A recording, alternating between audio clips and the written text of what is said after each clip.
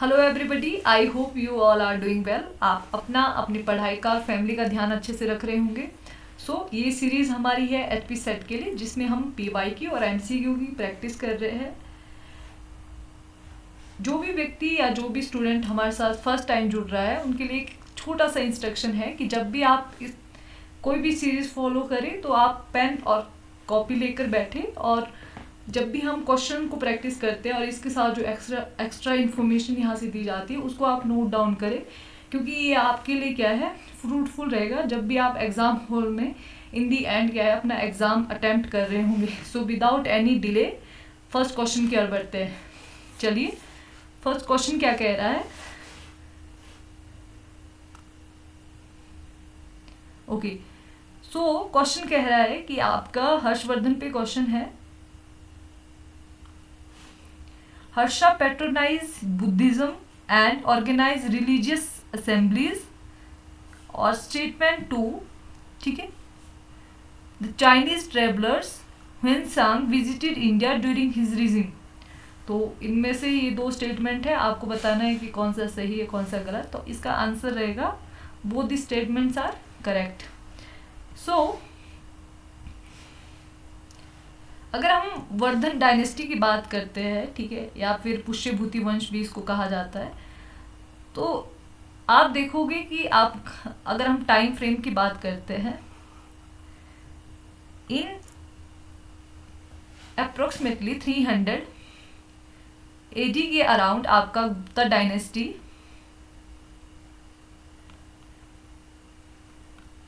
Rule करती है India में। और आफ्टर लेटर गुप्तास, ठीक है, there is a political development की बहुत छोटी छोटी रीजनल डायनेस्टी उभर कर आती है, क्योंकि एक बहुत बड़ी आपके पॉलिटिकल जो आपकी सेंट्रलाइज गवर्नमेंट है वो कोलैप्स हो जाती है गुप्ता के रूप में। आप देखोगे यहाँ पे लेटर गुप्ताज है, राइट। और उसके बाद आप देखोगे बंगाल में गोंड वंश का शासन आता है, और आपका जो गंगेटिक प्लेन है यहाँ पे मोखरी वंश रूल कर रहा होता है। और आपके यहाँ पे आपका हरियाणा और दिल्ली के आसपास के इलाके में आपके वर्धन डायनेस्टी रूल कर रही होती है। इसके साथ साथ आप देखो कि गुजरात के इलाके में आपके मैत्रेय वंश है। यहाँ पे आपके सदर्न पार्ट में अगर हम देखें चालुक्य, पल्लवास, चेरा एंड पांड्या। तो आप देखोगे कि after the downfall of the Gupta dynasty there is a small kingdoms जो कि आपके मेन लैंड में ओरिजिनेट होके आते हैं। एंड इसमें ही हम देखते हैं कि यहाँ पे जो दिल्ली और हरियाणा वाला इलाका है यूपी की ओर बढ़ता है, और आपके मोखरी वंश के साथ इनके मैटरनल रिलेशन बनते हैं। इसके साथ साथ मैत्रेय डायनेस्टी के साथ भी इनकी इसी तरह के रिलेशन उभरते हैं। आप देखोगे कि इसी टाइम पीरियड में आपके वर्धन डायनेस्टी, या फिर आप बोल सकते हैं पुष्यभूति डायनेस्टी, पुष्यभूति वंश उभर कर आता है, और इनके प्रमुख शासकों में से एक होता है हर्षवर्धन। आई होप कि आपको यहाँ पे टाइम फ्रेम का पता चल गया होगा कि ये वर्धन डायनेस्टी किस टाइम पीरियड में है। तो वर्धन, अगर हम हर्षवर्धन की बात करें तो 606 से 6047 एडी तक इनका रूल रहता है, ठीक है। यहाँ पे आपको क्या क्वेश्चन बन सकते हैं, ठीक है, जो आपके जितने भी शासक हैं इनकी टाइटल्स, ठीक है, टाइटल्स पे क्वेश्चन बन सकता है। तो यहाँ हम बात करेंगे वर्धन डायनेस्टी की। यहाँ पे सबसे पहले जो इनका शासक हुए या फाउंडर हुए हैं वो है वैसे तो पुष्यभूति, फिर नरवर्धन, राज्यवर्धन फर्स्ट, आदित्यवर्धन, और ये है हर्षवर्धन के फादर प्रभाकर वर्धन, राज्यवर्धन जो आपके राज्यवर्धन 2 आपके हर्षवर्धन के बड़े भाई, और फिर है हर्षवर्धन। तो इनके टाइटल में आपके सबसे पहले प्रभाकर वर्धन का टाइटल कई बार क्या है आपके पूछा गया है, तो इनमें उनका टाइटल है हुण हरिण केसरी, हुण हरिण केसरी इनका टाइटल है। और ये क्या है, जब हुणों को उन्होंने हराया था इसके उपलक्ष्य पे उन्होंने लिया था, सिंधु राजस्वर और गुर्जर प्रजागर। इसके साथ साथ हर्षवर्धन का अगर हम टाइटल देखें, हालांकि जो आपके राज्यवर्धन है उनका टाइटल है परम सौगात, ठीक है। एंड हर्षवर्धन को आपके एहोल इंस्क्रिप्शन जो कि आपके चालुक्य शासक पुलकेशिन द्वितीय का है, इसमें उनको हर्ष को कहा गया है सकलोतर वेट या सकलोतर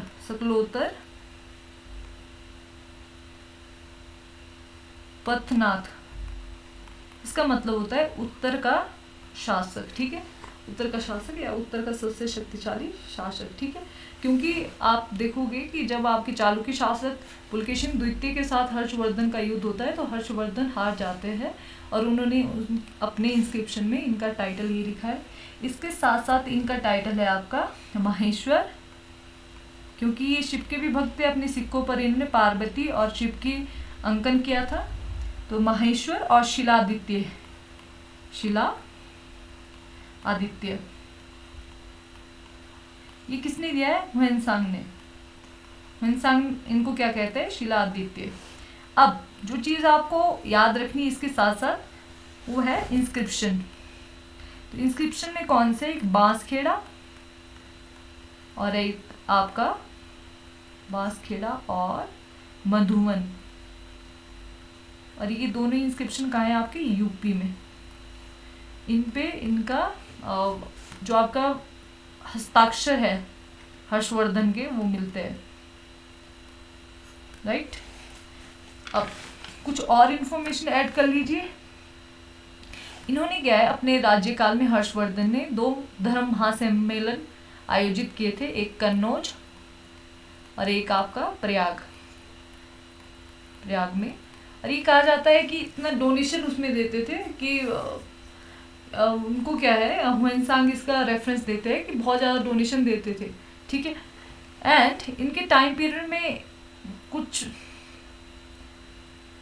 पैट्रोनेज दिया था इन्होंने कुछ कवियों को, राइटर्स को, जिसमें एक है बाण भट्ट। और बाण भट्ट ने इनका क्या है बायोग्राफी लिखी थी, हर्षचरित्र। इसके साथ साथ उन्होंने कुछ और बुक्स लिखी थी, कादम्बरी, और आपके कादम्बरी के साथ साथ उनकी एक और बुक थी चंडी शतक। आई होप यहाँ तक समझ आया हो। इसके साथ साथ हर्षवर्धन ने खुद भी क्या है कुछ राइटिंग्स की थी, ठीक है। हर्षवर्धन की कुछ राइटिंग्स है, इसमें आपके सबसे पहले प्रियदर्शी, राइट, प्रियदर्शिका, रत्नावली और नागानंद। तो ये 3 राइटिंग्स, ये नाटक है लिखे हुए, ड्रामास, ये किसके राइटिंग्स है? हर्षवर्धन के। ओके, सो इनका है Naganand, Priyadarshika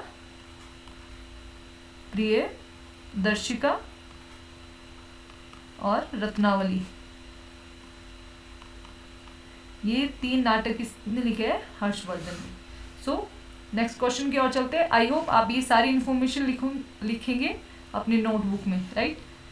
okay, next question क्या बोल रहा है? आपके जो संवत चले, टाइम टू टाइम जितनी भी डायनेस्टी है उन्होंने अपने नाम पे संवत चलाए थे, ठीक है। तो इनमें से कुछ संवत है, इनका आपको क्रोनोलॉजी में लगाना है। तो आपका है गंगेया एरा, भूमाकर एरा, हर्षा एरा और कलचुरी।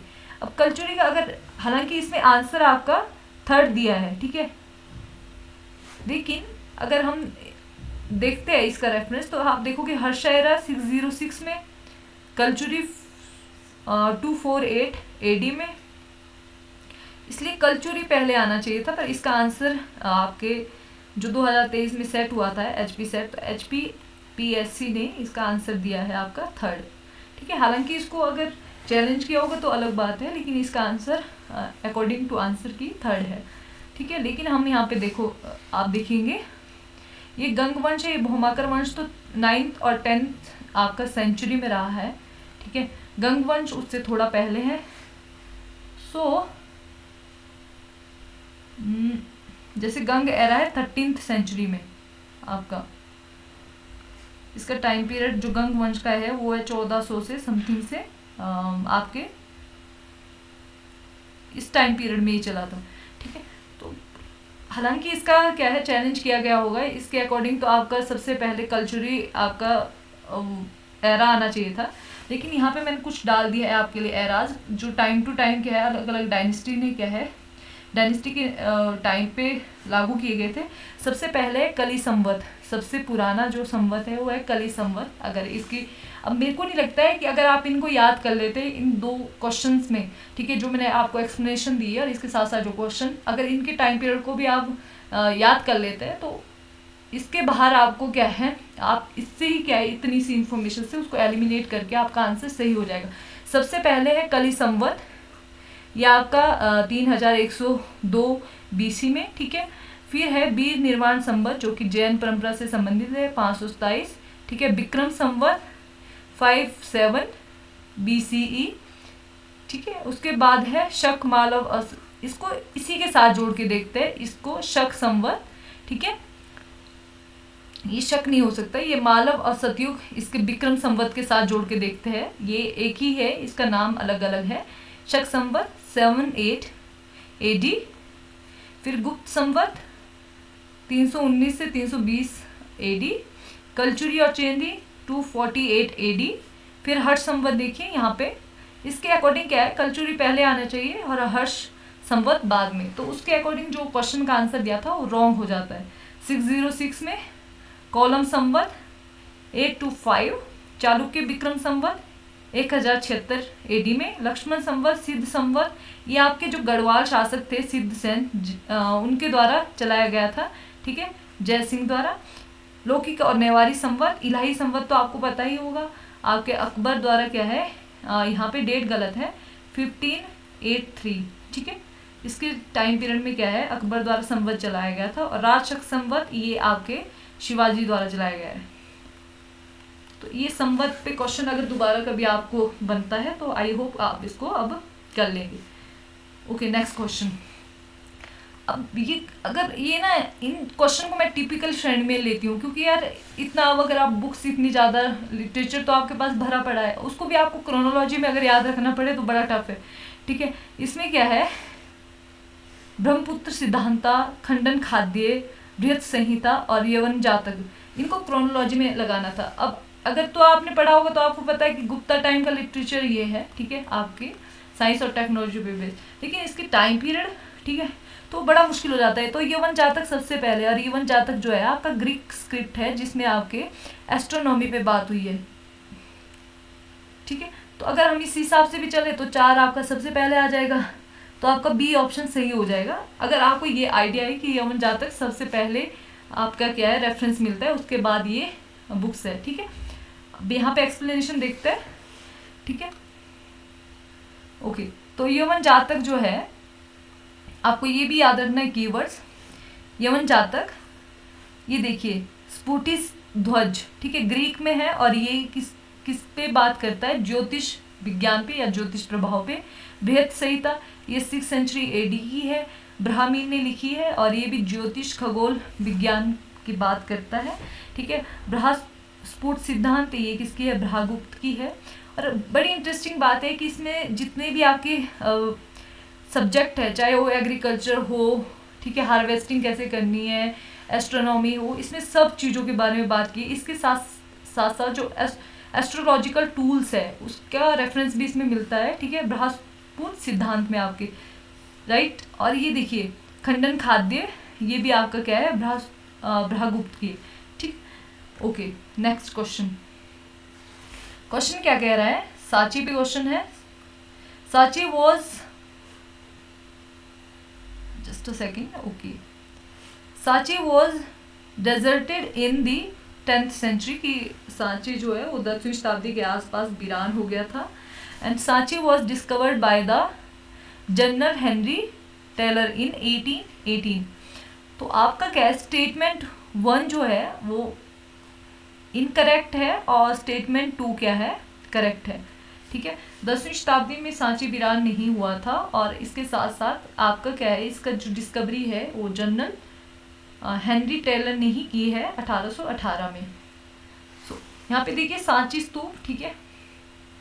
अब आपको कई बार क्या है, आर्कियोलॉजिकल बेस्ड क्वेश्चन आ जाते हैं, जिसमें आपको क्या है, जो बिल्डिंग्स है उनके डिफरेंट जो पार्ट्स होते हैं उन पे क्वेश्चन आ जाता है। जैसे यहाँ पे देखिए, सबसे पहले इसको हम बोलेंगे अंड, राइट। जो ये गोला आपका बना हुआ है इसको अंड हम बोलते हैं। जो ये गेट बने हैं इसको बोलते हैं हम तोरण, ठीक है। तोरण गेट को बोलते हैं। जो आपका ये अंड आकार का इसको हम अंड बोलते हैं, ठीक है। एंड इसके साथ साथ आपका हर्मिका, जहाँ पे आपके जो पवित्र कोई भी सिंबल है उसको रखा जाता है। यष्टि जो ऊपर आपका छोटा सा ध्वज जैसा बना होता है, और इसके साथ साथ ऊपर से छतरी। जैसे आप अगर हिंदू इसमें देखेंगे आर्किटेक्चर में, तो यहाँ पे आपको क्या मिलेगा, कलश मिलेगा, कलश के ऊपर झंडा मिलेगा। तो इस तरह से ये चीज़ें हैं, यहाँ पे यष्टि और ये छत्र है आपका, ठीक है। इसके साथ साथ आपका देखिए इस तोरण है, ये आपका साथ साथ ये तोरण अलग 4 पार्ट्स में ये है। बैक साइड भी आपके इसमें तोरण मिलेगा, ठीक है। तो ये आपको याद रखना है। कई बार क्या है, पूछ लिया जाता है कि स्तूपा के कौन कौन से पार्ट होते हैं, और इसमें आपको टर्म दे दी जाएगी ऐसे करके, और इसमें एक ऐसी टर्म दी जाएगी जैसे मध्यिका, ठीक है। अब ये मध्यिका जो है, या फिर पद, प्रदक्षिणा पद, तो इस तरह से ये टर्मिनोलॉजी हिंदू टेम्पल्स के जो आर्किटेक्चर है उससे कोरिलेट होती है, तो आपको इसमें एलिमिनेट करना पड़ेगा, ठीक है। Next question, okay. सो ये देखिए इस तरह से क्या है, सांची पे 2 क्वेश्चन क्या है पैरेलल में पूछ लिए गए थे। सांची को क्या है, अलग अलग नामों से जाना जाता है। यहाँ पे मैंने आंसर भी आपके लिए कोड कर दिया है, ठीक है। अब देखिए Sanchi, just a second, okay. ये देखिए सांची है, बोध श्री पर्वत है, काकनदव है, और काकन बोट है। तो ये आपका सही आंसर रहेगा। सबसे पहले 3 काकनदव, फिर आपका Kakanabot, and third one is Bodh Shri पर्वत, और लास्ट में सांची। तो इस तरह से इसके नाम का डेवलपमेंट हुआ है अलग अलग टाइम पीरियड में। नेक्स्ट क्वेश्चन,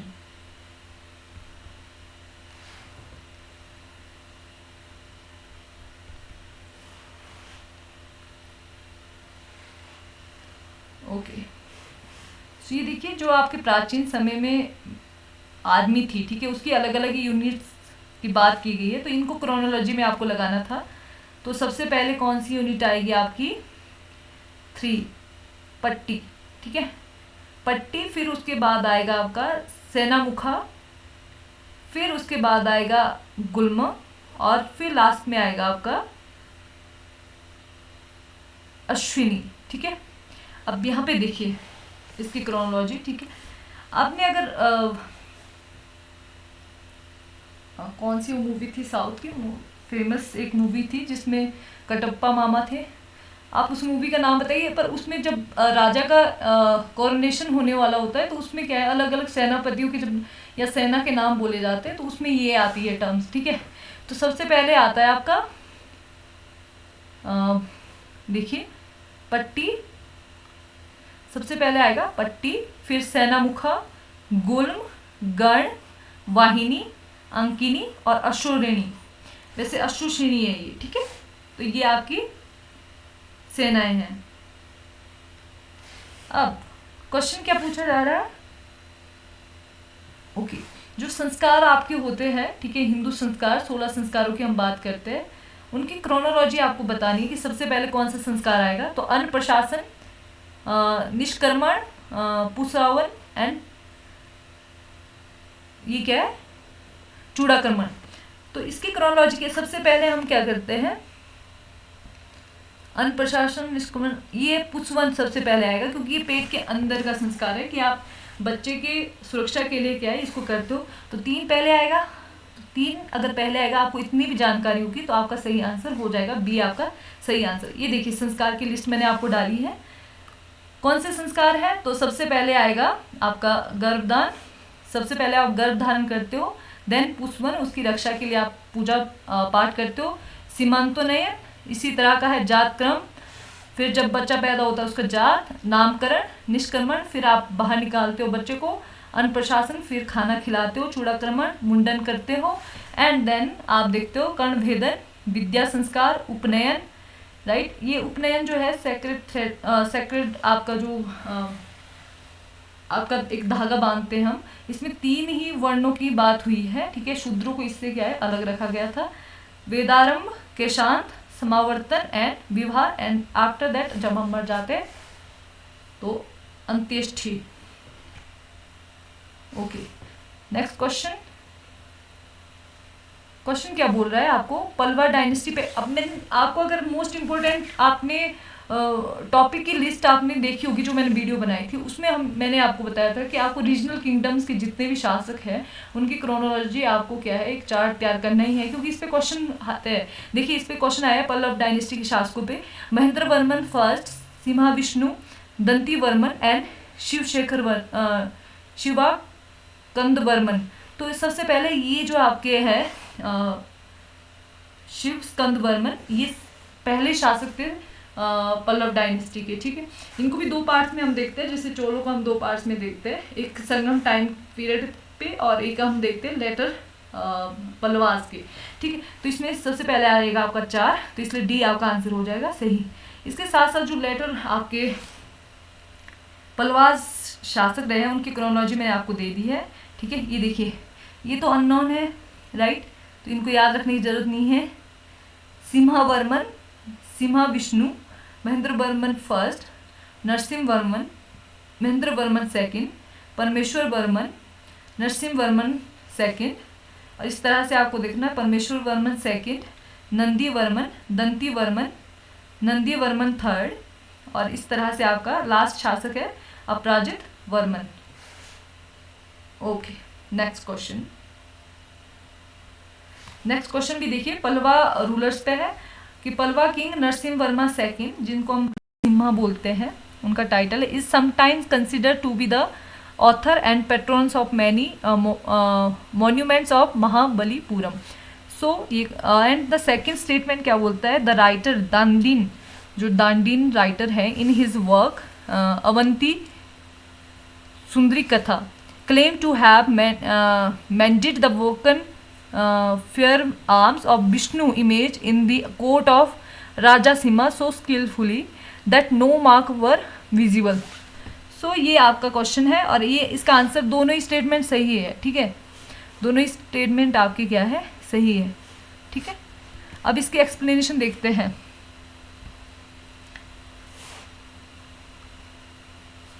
ओके, सो आपने देखा होगा कि सदर्न इंडिया में जब हम टेम्पल आर्किटेक्चर की बात करते हैं तो आपके एक स्टाइल आता है द्रविडियन स्टाइल, ठीक है, Dravidian style of temple architecture, ठीक है।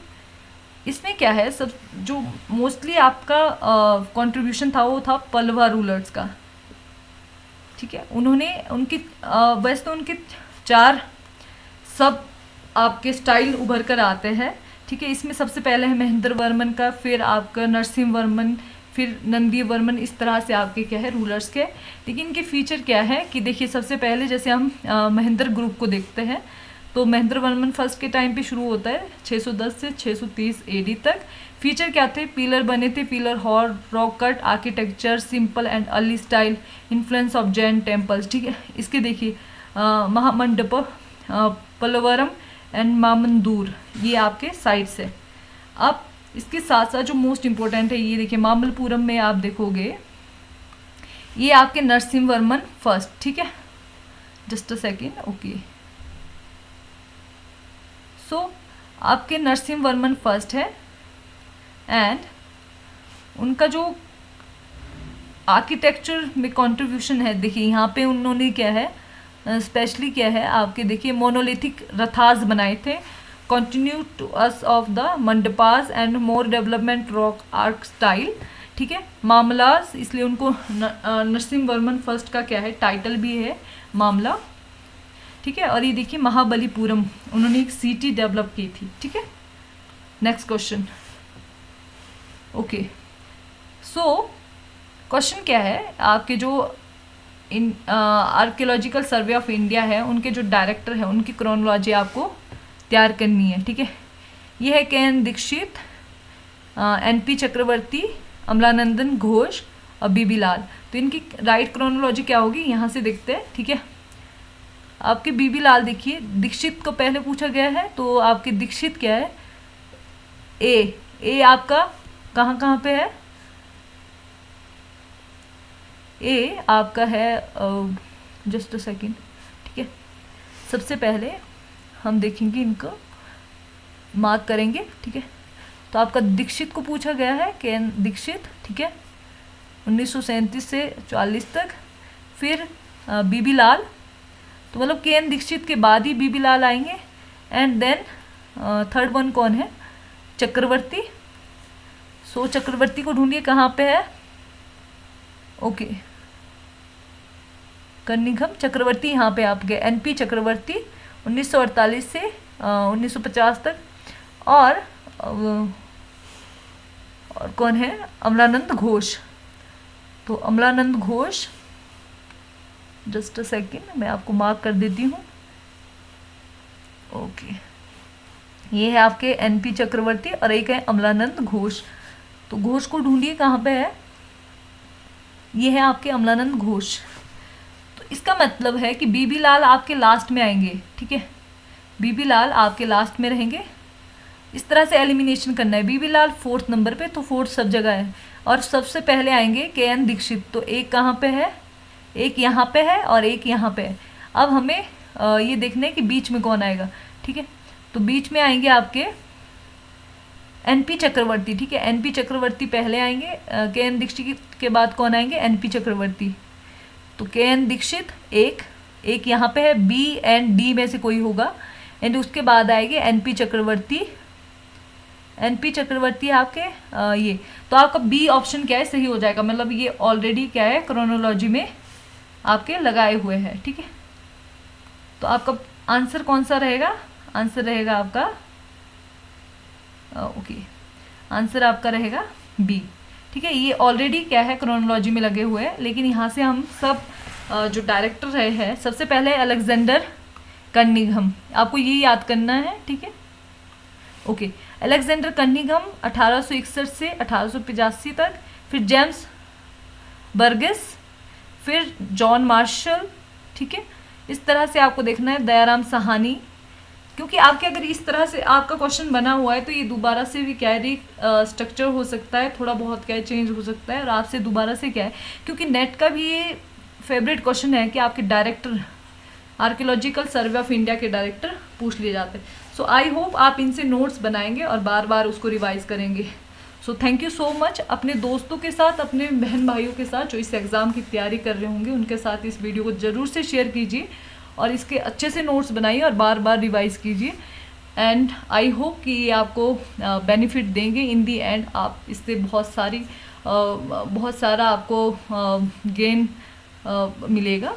सो thank you so much, take care, bye bye.